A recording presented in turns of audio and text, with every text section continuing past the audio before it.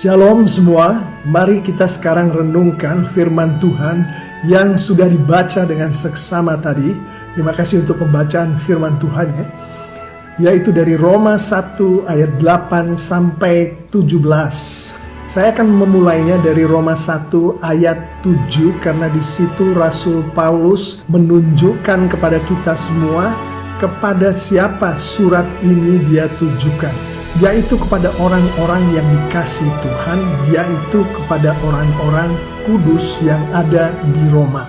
Dari nas yang akan kita renungkan ini, secara tersurat maupun tersirat, kita bisa melihat hal-hal berikut.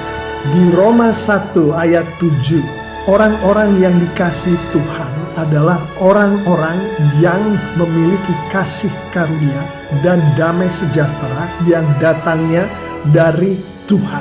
Orang-orang yang dikasihi Tuhan di ayat 8 adalah orang-orang yang kesaksian imannya begitu luar biasa bagusnya sehingga dunia pun mengakui kesaksian iman dari orang-orang yang dikasihi Tuhan ini. Di ayat 9, orang-orang yang dikasihi Tuhan adalah orang-orang yang selalu mengingat satu sama lain di dalam mereka mendoakan satu sama lain. Di ayat 10, orang-orang yang dikasihi Tuhan adalah orang-orang yang saling mengunjungi satu sama lain, saling berfellowship dengan satu sama lain, saling bersekutu. Di ayat 11, orang-orang yang dikasihi Tuhan adalah orang-orang yang saling menguatkan satu sama lain. Di ayat 12, orang-orang yang dikasihi Tuhan adalah orang-orang yang saling menghibur satu sama lain dengan iman mereka yang adalah satu iman di bawah satu roh, yaitu Roh Kudus Tuhan Yesus. Di ayat yang ke-13, orang-orang yang dikasihi Tuhan berbuah-buah dengan luar biasa di dalam kehidupan mereka. Ayat 14, orang-orang yang dikasihi Tuhan berhutang satu sama lain. Di sini hutang yang dimaksud adalah berhutang akan Injil atau berhutang akan firman Tuhan satu dengan yang lain. Di ayat yang ke-15, orang-orang yang dikasihi Tuhan adalah orang-orang yang menyampaikan Injil. Itulah yang dikatakan oleh Rasul Paulus secara tersurat maupun tersirat dari nas yang sekarang kita sedang renungkan. Sekarang mari kita lihat lebih dalam lagi Roma 1 ayat 15 yang barusan saja kita bicarakan. Di situ dikatakan, itulah sebabnya aku ingin untuk memberitakan Injil kepada kamu juga yang diam di Roma. Kata kamu di sini itu mengacu ke orang-orang kudus, orang-orang yang dikasihi Tuhan. Nah sekarang pertanyaannya adalah, apakah Paulus mengatakan kepada kita bahwa menyampaikan Injil itu juga harus dilakukan kepada orang-orang kudus, kepada orang-orang yang dikasihi Tuhan, yaitu orang-orang yang sudah memiliki kasih karunia, damai sejahtera, imannya, kesaksian imannya sangat luar biasa, yang selalu mengingat satu sama lain, bersekutu satu sama lain, menguatkan satu sama lain, menghibur satu sama lain, berbuah-buah, berhutang akan Injil, berhutang akan firman Tuhan satu sama lain, bahkan memberitakan Injil. Apakah orang-orang yang sudah seperti itukah Paulus mau kita atau orang-orang itu memberitakan atau menyampaikan Injil satu sama lain? Bapak, Ibu, Saudara-saudari, adik-adik yang sangat dikasihi oleh Tuhan Yesus, begitulah yang ditulis oleh Rasul Paulus di ayat yang baru saja kita bicarakan. Kenapa Paulus mau itu dilakukan? Mari kita lihat surat Paulus yang lain, yaitu kepada Titus, dari pasal 2 ayat yang ke-12. Tapi sebelum itu kita akan melihat yang di ayat 11 dulu. Karena di ayat 11 ini Paulus berbicara mengenai Injil Yesus Kristus. Di ayat yang ke-11 Paulus menuliskan, karena kasih karunia Allah yang menyelamatkan semua manusia sudah nyata. Di sini Paulus berbicara mengenai Injil, mengenai Yesus Kristus. Dilanjutkan ke Titus 2 ayat 12, ia mendidik kita supaya kita meninggalkan kefasikan dan keinginan-keinginan duniawi, dan supaya kita hidup bijaksana, adil, dan beribadah di dalam dunia sekarang ini. Jadi Injil itu berfungsi untuk mendidik kita semua, mendidik orang-orang kudus, mendidik anak-anak Tuhan kita semua, supaya kita meninggalkan kefasikan, meninggalkan keinginan-keinginan duniawi, supaya kita hidup bijaksana, supaya kita beribadah. Paulus melanjutkan di Roma 1 ayat 16. Di situ Paulus mengatakan, sebab aku mempunyai keyakinan yang kokoh dalam Injil, karena Injil adalah kekuatan Allah yang menyelamatkan setiap orang yang percaya. Injil adalah kekuatan Allah yang menyelamatkan. Jadi orang yang belum mengenal Tuhan Yesus, mereka mengenal Injil, Roh Kudus bekerja, orang ini selamat. Orang yang sudah mengenal Tuhan Yesus sekalipun, hidupnya sebagai orang yang masih hidup di dalam kedagingan akan mengalami dosa, bukan? Dan pada saat itulah Injil kembali diperlukan. Nah, yang dimaksud Injil di sini gampangnya adalah firman Tuhan. Di Roma 1 ayat 17 firman Tuhan melalui Paulus menyatakan mengapa Injil ini diperlukan bahkan oleh orang-orang kudus sekalipun. Saya bacakan, sebab di dalam Injil nyata kebenaran Allah yang bertolak dari iman dan memimpin kepada iman, seperti ada tertulis, orang benar akan hidup oleh iman. Di sini kita melihat bahwa Injil dan iman itu berjalan bergandengan, satu tidak bisa dilepaskan dari yang lain. Bertolak dari iman, Injil memimpin kepada iman. Jadi satu tidak bisa dilepaskan dari yang lain. Itulah sebabnya mengapa Rasul Paulus menulis bahwa Injil harus disampaikan kepada siapapun.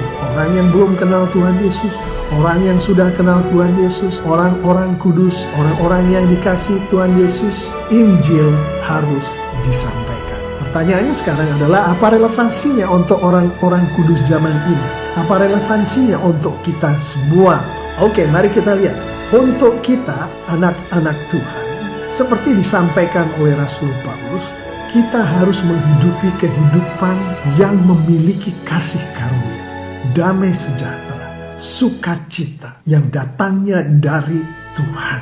Kita harus memiliki kehidupan iman yang menjadi kesaksian bagi banyak orang, yaitu kita setia pada Tuhan Yesus, kita taat kepada firman Tuhan. Intinya adalah kita menghidupi kehidupan iman yang menjadi kesaksian yang luar biasa bagi Tuhan Yesus. Kita menghidupi kehidupan yang selalu mengingat satu sama lain, selalu mendoakan satu sama lain. Kita menghidupi kehidupan yang saling mengunjungi, saling bersekutu. Kita menghidupi kehidupan yang saling menguatkan satu sama lain. Kita menghidupi kehidupan yang karena iman kita menghibur satu sama lain. Dan kita menghidupi kehidupan yang dipenuhi oleh buah-buah. Buah-buah itu bisa berupa jiwa-jiwa baru yang kita menangkan untuk Tuhan Yesus. Bisa berupa damai sejahtera, buah-buah Roh Kudus, sukacita, kasih.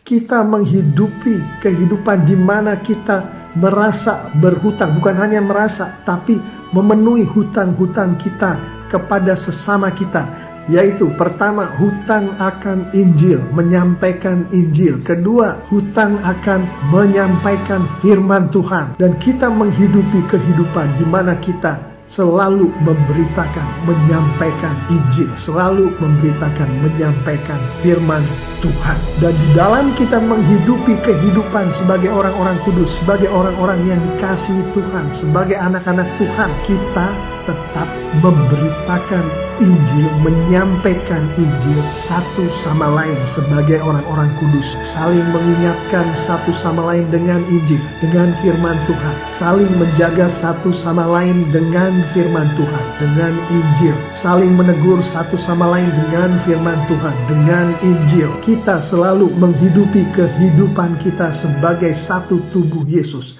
sebagai satu persekutuan, dengan saling menyampaikan Injil, dengan saling menyampaikan firman Tuhan. Karena Injil mendidik kita untuk meninggalkan kefasikan, mendidik kita untuk meninggalkan keinginan-keinginan duniawi, mendidik kita supaya hidup kita bijaksana, mendidik kita supaya kita adil, mendidik kita supaya kita tetap beribadah. Karena Injil adalah kekuatan Allah yang menyelamatkan orang yang belum kenal Tuhan Yesus, dan menyelamatkan orang yang sudah kenal dengan Tuhan Yesus, bahkan orang-orang kudus sekalipun, dari dosa-dosa kita. Dan Injil dan iman berjalan bersama-sama.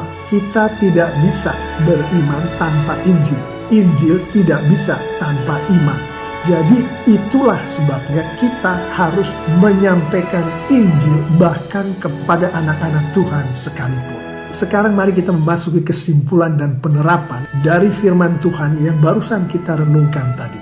Di nas ini Paulus menyampaikan bahwa Injil harus diberitakan, bahwa Injil harus disampaikan. Injil harus diberitakan kepada mereka yang belum kenal Tuhan Yesus. Injil harus disampaikan kepada mereka yang sudah kenal Tuhan Yesus sekalipun.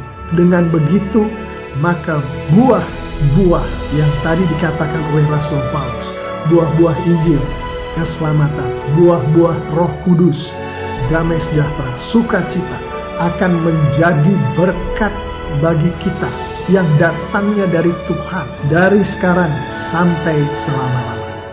Amin. Mari sekarang kita tundukkan kepala sebentar untuk menutup renungan kita. Bapa di surga, kami bersyukur dan berterima kasih Bapa untuk renungan hari ini. Kami bersyukur firman-Mu kembali menunjukkan kepada kami akan kasih-Mu yang luar biasa kepada kami semua, sehingga Engkau karuniakan Putra-Mu yang tunggal, Tuhan kami Yesus Kristus. Engkau karuniakan kepada kami Injil, Engkau karuniakan kepada kami firman Tuhan. Urapi kami dengan Roh Kudus-Mu Bapa, sehingga bukan hanya kami mengerti akan firman Tuhan ini, tapi kami juga boleh melakukannya di dalam kehidupan kami sehari-hari untuk kemuliaan nama-Mu dan kebesaran kerajaan-Mu saja. Di dalam nama Tuhan Yesus Kristus kami sudah berdoa, mengucap syukur. Haleluya. Amin.